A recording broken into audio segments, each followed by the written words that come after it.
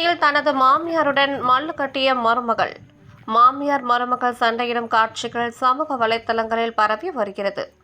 திருவண்ணாமலை மாவட்டம் கலசப்பாக்கம் லாடாவரம் ஊராட்சிக்கு உட்பட்ட கொல்லைமேடு ராஜவீதியில் வசித்து வரும் சின்ன பாப்பா வயது 62.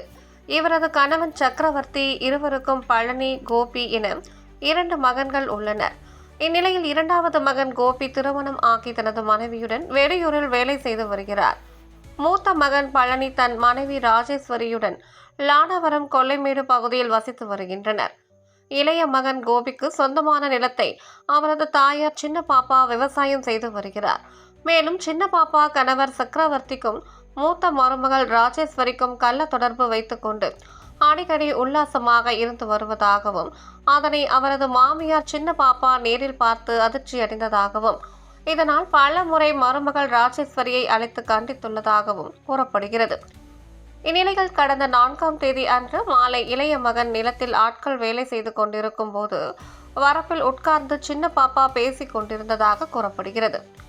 அப்போது ராஜேஸ்வரி குடிபோதையில் இருந்ததாக கூறப்படுகிறது.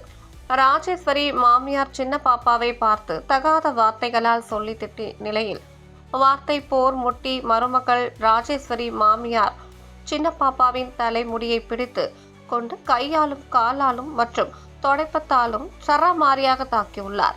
இந்த சம்பவத்தை தொடர்ந்து சின்ன பாப்பா தனது மருமகள் மீது உரிய நடவடிக்கை மேற்கொள்ள கலசப்பாக்க காவல் நிலையத்தில் புகார் மனு அளித்துள்ளார். மாமியார் மருமகள் இருவரும் சண்டை போட்டுக் கொள்ளும் வீடியோ காட்சிகள் சமூக வலைதளங்களில் பரவி பெரும் பரபரப்பை ஏற்படுத்தி வருகிறது. செய்திகளை உடனுக்குடன் தெரிந்து கொள்ள தீரன் நியூஸ் சேனலை சப்ஸ்கிரைப் செய்யுங்கள் மற்றும் பெல் பட்டனை அழுத்தி விடுங்கள்.